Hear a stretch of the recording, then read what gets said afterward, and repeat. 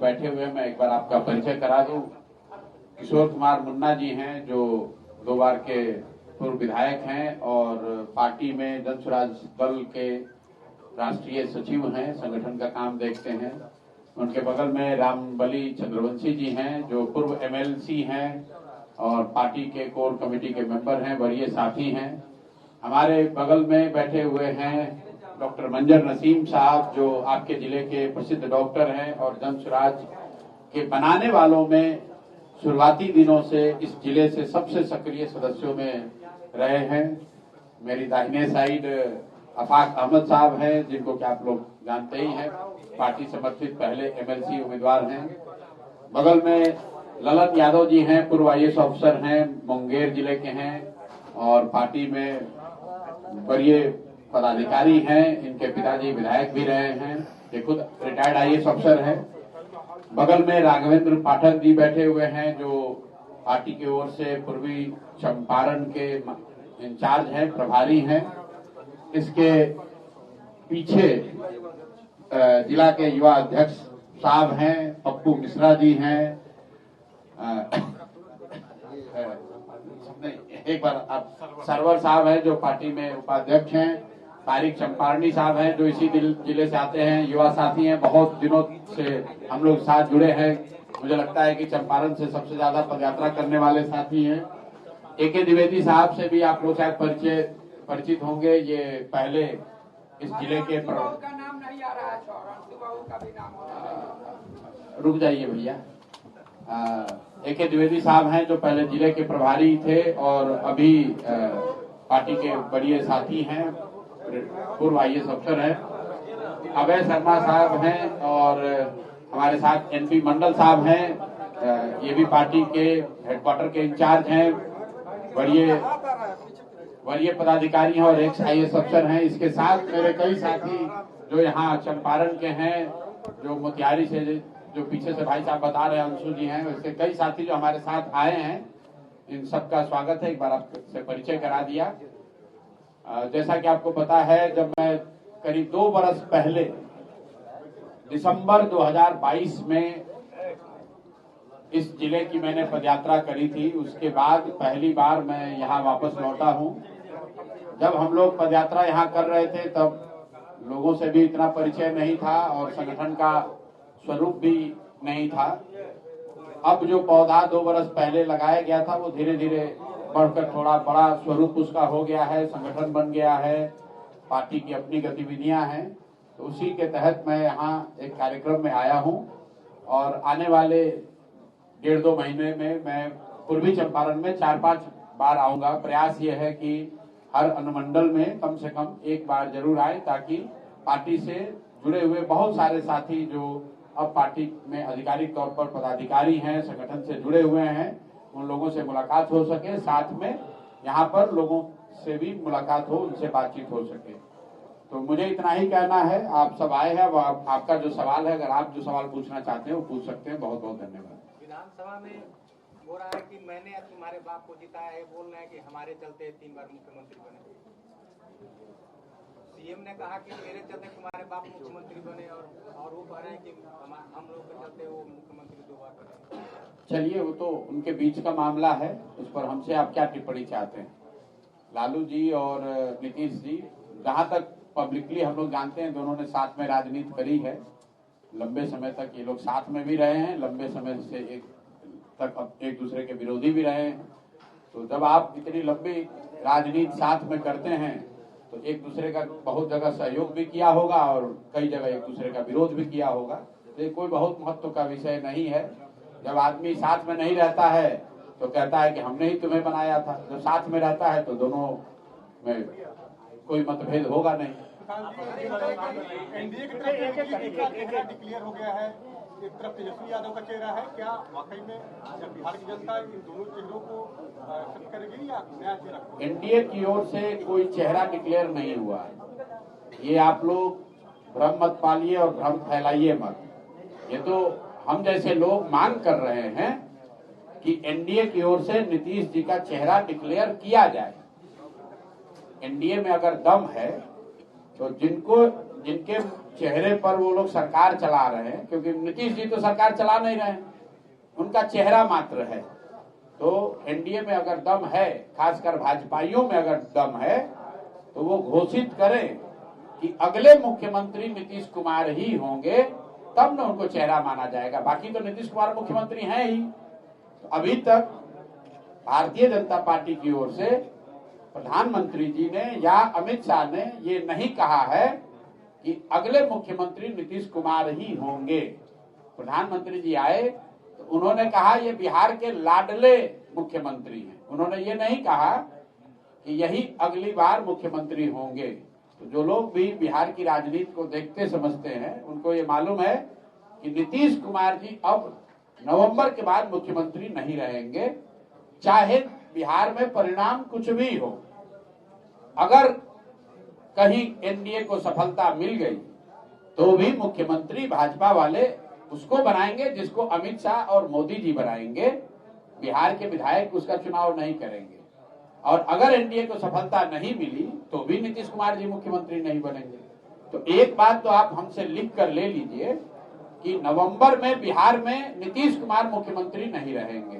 कोई मुख्यमंत्री बने, लेकिन नीतीश बाबू मुख्यमंत्री नहीं रहेंगे। उनके, मैंने पहले भी कहा था कि उनके राजनीति का ये अंतिम दौर चल रहा है और अब उनके मुख्यमंत्री काल का अंतिम 6-7 महीना चल रहा है। निकले थे बिहार में, जब पहली दफे पद यात्रा आपने शुरू की थी, तब से आपको कहा गया कि आप बीजेपी के बी टीम हैं। इस बीच में जब आपका पदयात्रा समापन हुआ तो कई वीडियो आए, जिसमें एक वीडियो नीतीश कुमार का था। नीतीश कुमार कहते हैं वीडियो में कि पूछिए उनसे कि कौन लाया था, हम जेडीयू में अमित शाह के कहने पर लाए थे। अब चुनाव की बारी, आप कह रहे नीतीश कुमार मुख्यमंत्री नहीं बनेंगे, क्या अब भी ये जेडीयू भी समझ रही है कि आप बीजेपी के साथ हैं, बीजेपी के बी टीम है? आप तो पदयात्रा के समय से हमारा इंटरव्यू कर रहे हैं, तो आपसे हमारा पुराना परिचय भी है। नीतीश कुमार ने ऐसा नया वीडियो नहीं आया है। जब, सुन लीजिए, एबीपी के एक प्रोग्राम में आज से 2-2.5 साल 4 साल पहले जब मैंने सीए एनआरसी पर उनका विरोध किया और दल छोड़ा या दल से उन्होंने निकाला, तो नीतीश कुमार जो राजनीतिक तौर पर आदमी करता है कि चूंकि सीए एनआरसी पर ये आदमी मेरा विरोध कर रहा है तो मुसलमानों के बीच में इसकी कोई विश्वसनीयता ना बन जाए, इसलिए ये कहा कि इनको हमने अमित शाह के कहने पर अपने पार्टी में लिया था। अब आप बताइए, आप लोग तो सब बहुत जागरूक पत्रकार हैं, अगर अमित शाह जी के कहने पर नीतीश जी ने अपने दल में मुझे अपना उत्तराधिकारी घोषित किया था, तो नीतीश जी तो आज भी अमित शाह के साथ ही हैं। नीतीश जी का इतना दम है कि अमित शाह के आदमी को हटा देंगे। नीतीश जी के पास इतना दम है कि जिसको अमित शाह ने, मोदी ने भेजा, उसको हटा देंगे। तो आप तय कर लीजिए कि नीतीश जी सही कह रहे हैं कि गलत कह रहे हैं।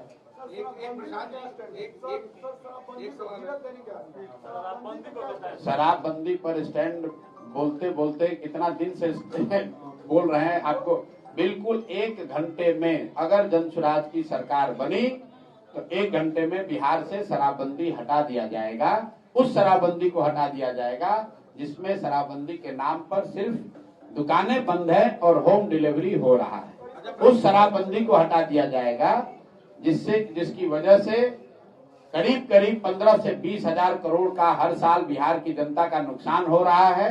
और ये पैसा भ्रष्ट नेताओं के पास, अफसरों के पास और शराब माफिया के पास जा रहा है। उस शराबबंदी को हटाया जाएगा जिसमें 1.25 लाख से ज्यादा गरीब और वंचित समाज के लोग आज भी जेलों में हैं, ट्रायल फेस कर रहे हैं।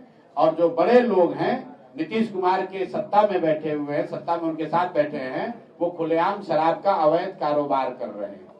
तो इसलिए ऐसी शराबबंदी का कोई फायदा नहीं है जो कि सिर्फ और सिर्फ कागजों में है और जिसका फायदा सिर्फ यहाँ के भ्रष्ट नेताओं को, अफसरों को और शराब माफिया को है और सारा नुकसान बिहार की जनता का है। जस्टिफाई अभी कर रहे हैं।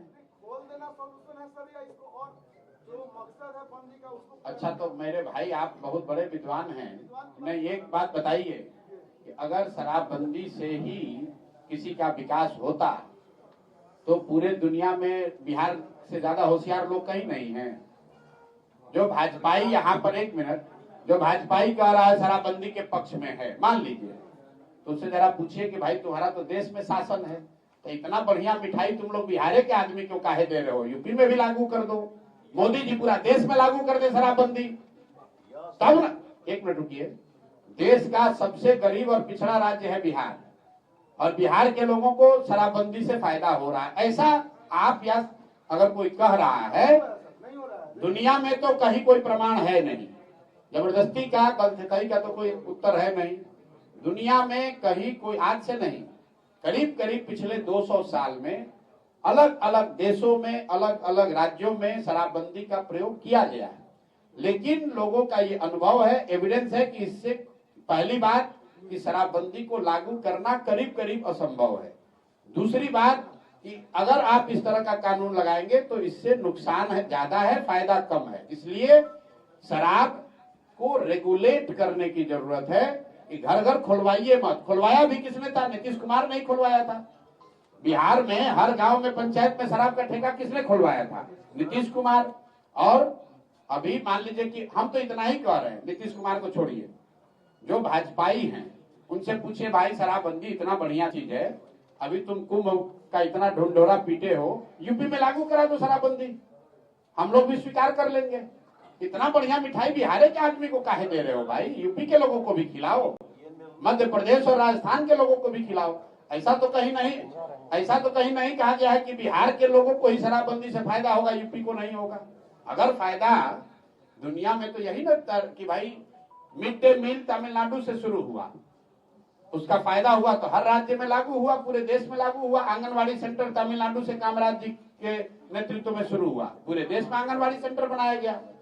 अगर बिहार के शराबबंदी से गरीबों का, महिलाओं का फायदा है, तब तो भाजपाई और दोषी हैं कि भाई इतना बड़ा मुरब्बा, इसको तुम देश भर में काहे नहीं बांट रहे हो, बिहार के लिए काहे रखे हो? शराबबंदी का को नीतीश कुमार का ये एजेंडा था, उस पर बाकी पार्टियों ने समर्थन कर दिया होगा उस वक्त, तो उसका एक वर्ग जो शराबियों का वर्ग है उनके अगेंस्ट हो गया। और एक चीज, जब किसी चीज पर तस्करी जो बंदी होती है, तो तस्करी जैसे स्मैक चाहे आर्म्स वगैरह जो है, तो उसको तो आप रोक खत्म नहीं कर सकते। स्मैक भी चल रहा है यहाँ पे, तो स्मैक को फ्री कर दिया जाए। मेरे भाई, आपका सवाल है कि ओपिनियन है? ओपिनियन नहीं है, सवाल क्या सवाल है? सवाल पूछिए। बिल्कुल हम कह रहे हैं शराबबंदी हटा देंगे, आपको अच्छा लगे तो मानिए, ना अच्छा लगे, हम आपका जवाब दे रहे हैं। हम स्पष्ट जवाब दे रहे हैं कि जन स्वराज की सरकार बनी तो 1 घंटे में शराबबंदी हटा दिया जाएगा, पीरियड। राज्य के उप मुख्यमंत्री हैं, राज्य के उप मुख्यमंत्री हैं वर्तमान में। भाई एक मिनट, आपका काम है सवाल पूछना, मेरा काम है जवाब देना। जरूरी नहीं है कि हम जो कहें उससे आप संतुष्ट हो जाएं, संतुष्ट जनता को होना है। मेरे मत में, जन स्वराज के ओपिनियन में कोई इफ बट किंतु परंतु नहीं है। हम क्लियर है, जन स्वराज की सरकार बनेगी, शराबबंदी को हटा दिया जाएगा, बात खत्म हो गई, आगे बढ़ो। बिहार में और क्या करेंगे उसको लेकर जो 5 बातें हम लोग बता रहे हैं कि बिहार को पहला लक्ष्य ये है कि अगले 10 वर्ष में देश के 10 अग्रणी राज्यों में शामिल कराया जाए, और उस दिशा में जो 5 बातें हम लोग बता रहे हैं। पहली बात कि 15 साल से कम उम्र के बच्चों के लिए बेहतर विश्व स्तरीय शिक्षण की व्यवस्था की जाए, ताकि 10-15 साल से कम उम्र का कोई बच्चा आगे चलकर बिहार की व्यवस्था पर बोझ न बने। इसके लिए पूरा ब्लूप्रिंट दिया गया। ये भी मैंने बताया कि जब तक सरकारी व्यवस्था नहीं सुधरेगी, इसको भी ध्यान से सुन लीजिए, जब तक सरकारी स्कूलों की व्यवस्था हम लोग न सुधार पाए, क्योंकि एक दिन में तो सुधरेगा नहीं, 2 साल, 4 साल, 5 साल, 10 साल लग सकता है, तब तक यहाँ के लोगों को, खासकर गरीब जनता को, ये सुविधा जन स्वराज की सरकार में होगी कि आप अपने बच्चे को प्राइवेट स्कूल में भेजिए और उसका रिएम्बर्समेंट, फीस का रिएम्बर्समेंट सरकार से लीजिए। दूसरी बात जो हम लोगों ने बताई, जो जन स्वराज का सबसे बड़ा मुद्दा है, वो है पलायन रोकने का, कि 1 साल के अंदर मजबूरी में किया जाने वाला पलायन हर हाल में रोक दिया जाएगा। ताकि 5, 7, 10 हजार रुपए के लिए किसी को अपना घर परिवार छोड़कर बाहर न जाना पड़े। और इसका भी पूरा ब्लूप्रिंट मैंने बताया है कि पलायन रोकने के लिए सबसे पहले पूंजी का पलायन रोका जाएगा। जब पूंजी का पलायन रुकेगा तो बुद्धि का पलायन रुकेगा, और जब पूंजी और बुद्धि का पलायन रुकेगा तो श्रम का पलायन अपने आप रुक जाएगा। तीसरी बात जो बताई गई कि जन सुराज ये चाहता है, हम लोग का ये मानना है कि मनरेगा को कृषि से सीधे तौर पर जोड़ा जाए, ताकि लोग जो खेती करते हैं वो फूड ग्रेन की खेती छोड़कर, खाने वाली खेती छोड़कर कमाने वाली खेती की दिशा में जाएं। और जो लोग भी ये करेंगे उनको मनरेगा के तहत मजदूर फ्री दिए जाएं। ये तीसरा एजेंडा है। चौथा एजेंडा जो है कि यहाँ पर घर घर में महिलाओं को, युवाओं को स्वरोजगार हो, इसके लिए सरकारी गारंटी पर उनको ऋण मिले और उस पर सिर्फ 4% ही सालाना ब्याज लगे। उसको 12%, 15%, 20%, 40% ब्याज न देना पड़े। ये जन सुराज की स्कीम है, यहाँ पर घर घर आमदनी बढ़ाने के लिए, रोजगार लाने के लिए।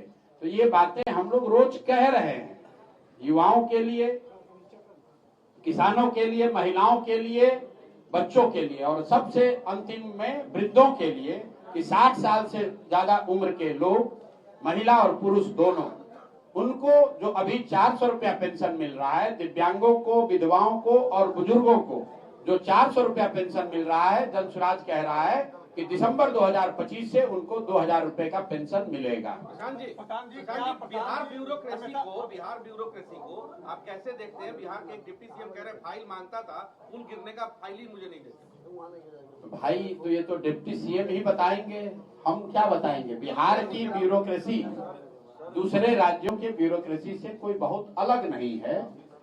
ब्यूरोक्रेसी के ऊपर जनता के चुने हुए प्रतिनिधि विधायक, मंत्री के तौर पर हैं, तो ये उन पर है कि वो ब्यूरोक्रेसी का इस्तेमाल कैसे करते हैं।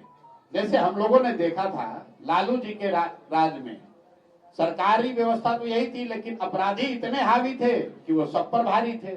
उसी तरह नीतीश कुमार जी के राज में अधिकारी इतने हावी हैं कि वो सब पर भारी हैं। वो विधायक पर भी भारी है, मंत्री और उप मुख्यमंत्री पर भी भारी है। प्रधान जी, हमेशा आप चुनाव लड़ाते रहे हैं, तो कल उपचुनाव में भी आपने कैंडिडेट दिया। क्या इस बार 2025 के विधानसभा चुनाव में आप भी चुनाव लड़ेंगे या अगर पार्टी ने तय किया तो निश्चित तौर पर चुनाव लड़ेंगे, उसमें कोई दिक्कत नहीं है। लेकिन अगर पार्टी ने तय किया कि चुनाव हमें व्यक्तिगत तौर पर नहीं लड़ना है, तो भी जन सुराज 243 सीट पर चुनाव लड़ना तय है, और उसकी घोषणा हम लोग पहले ही कर चुके हैं।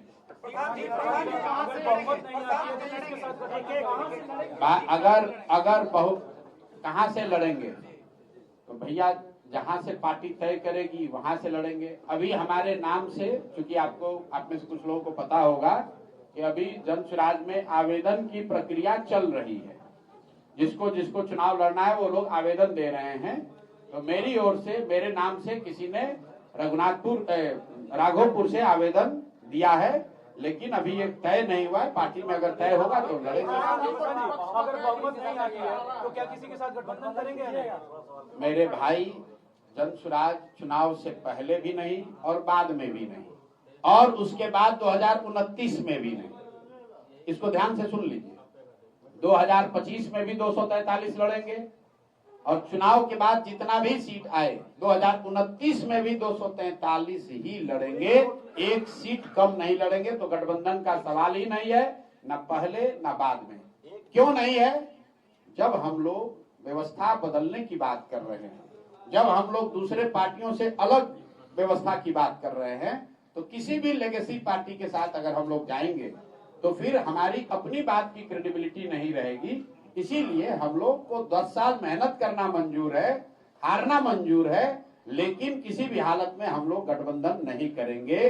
जिस ईमानदारी और शुद्धता से इस प्रयास को शुरू किया है, उसमें कोई कॉम्प्रोमाइज न आज होगा, न इस चुनाव के समय होगा, न चुनाव के बाद होगा। कम से कम जब तक जन सुराज में हमारी कुछ ताकत है, तब तक इसके बताए हुए सिद्धांतों पर, इसकी नीतियों पर, कार्यक्रमों में कोई चेंज होने का, कोई कॉम्प्रोमाइज होने का सवाल नहीं है। मैंने पहले भी कहा है, जब हम यहाँ पर पूर्वी चंपारण में आए थे तो इन इलाकों से हम गए हैं, 10 आदमी 20 आदमी के साथ पैदल चले हैं। हमारे साथ तो आज बहुत सारे लोग हैं। उस समय तो 10 आदमी भी नहीं था। उस समय भी मैंने कहा है कि चाहे 10 वर्ष लग जाए, मैं जो बात कह रहा हूं इससे पीछे नहीं हटूंगा और आज उसी बात को दोहरा देता हूं। मैं यहाँ मंत्री विधायक बनने नहीं आया हूं।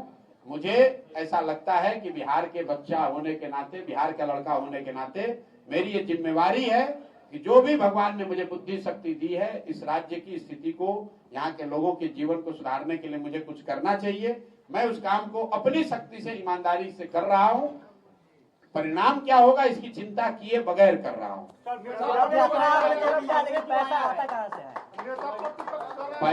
अभी तक 2.5 वर्ष हो गया, इनको यही नहीं पता चल रहा है कि पैसा आता कहां से। पूछते पूछते लोग थक गए, सुनते सुनते लोग थक गए। भाई पैसा कहां से आता है? आपको लोग क्या कहते हैं पैसा कहां से आएगा? जब पढ़ाई लिखाई करोगे। पैसा इन्वेस्ट कर चुके हैं। सुनो तो भाई, आप काहे घबराए जा रहे हो? पैसा लक्ष्मी कहाँ से आती है? लक्ष्मी आती है सरस्वती से। अगर आपके पास बुद्धि होगा, सरस्वती की कृपा होगी तो लक्ष्मी आएंगी। तो जो हम काम करते हैं, आप डॉक्टर के पास जाते हैं, डॉक्टर के पास पैसा कहाँ से आता है? वो रोगी देखता है, उसके बदले में उसको पैसा मिलता है। तो हमने जो 10 साल काम किया है, बुद्धि का खाते हैं, बुद्धि से सलाह देते हैं, जो सलाह देते हैं उसके बदले में फीस लेते हैं। उसी फीस का इस्तेमाल बिहार के बेहतरी के लिए, इस प्रयास के लिए कर रहे हैं। राजनीतिक पार्टियों के द्वारा मुफ्त राशन और अरे इतने लोग बैठे हैं, इन लोग से भी सवाल पूछिए। मुफ्त बिजली राशन को देने को लेकर जो है सुप्रीम कोर्ट की टिप्पणी आई है, उस पर आप क्या कहें? बिल्कुल हम उस टिप्पणी के समर्थन में नहीं हैं। वो सुप्रीम कोर्ट का अपना विचार है, हो सकता है। मेरी नजर में ये देश वेलफेयरिस्ट स्टेट है एज पर द कॉन्स्टिट्यूशन, और सरकारी संसाधनों पर देश की जनता का और जनता में जो पीछे छूट गए हैं लोग, उनका सबसे पहला अधिकार होना चाहिए। और जो लोग ये कह रहे हैं कि मुफ्त का अनाज या सरकार में जो पैसे गरीबों के लिए योजनाएं बनती हैं, वो कोई एहसान नहीं है।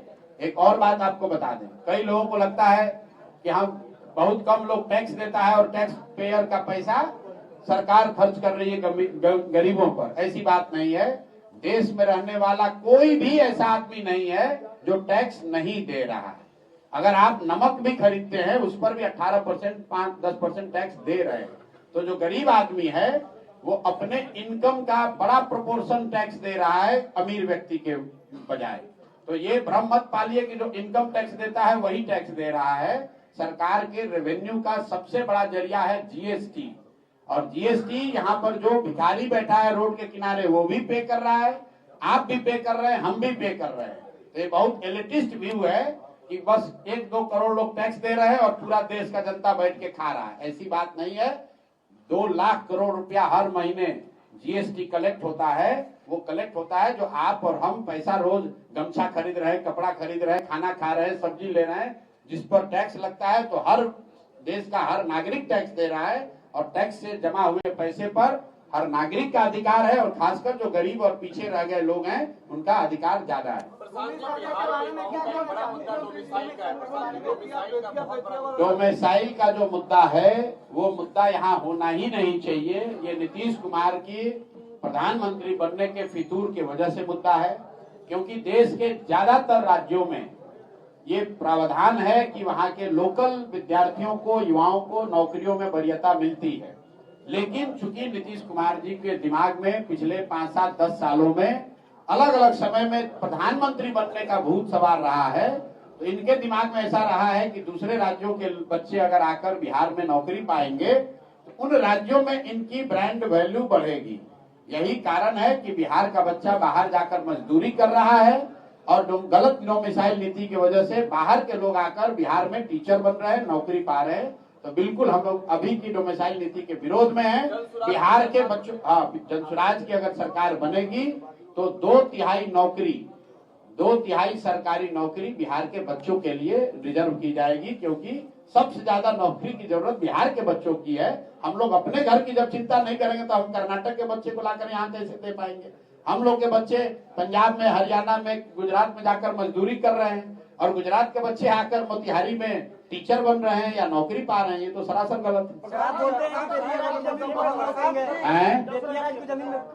बेतिया राज की जमीन को लेकर अभी हम लोग की पार्टी में चर्चा चल रही है, कई साथी बैठे हैं और हम लोग ऐसा मानते हैं कि अधिग्रहण जो है ये पूरी तरह से गैर कानूनी है और इस पर किस तरह से लोगों के साथ खड़ा होना है, दोनों चंपारण के लोगों को इकट्ठा करके जो लोग प्रभावित हैं, क्योंकि करीब 1 लाख एकड़ जमीन जिसका सेटलमेंट और यह वक्त एक ब्रेक का है। आप देखते रहिए कशिश न्यूज।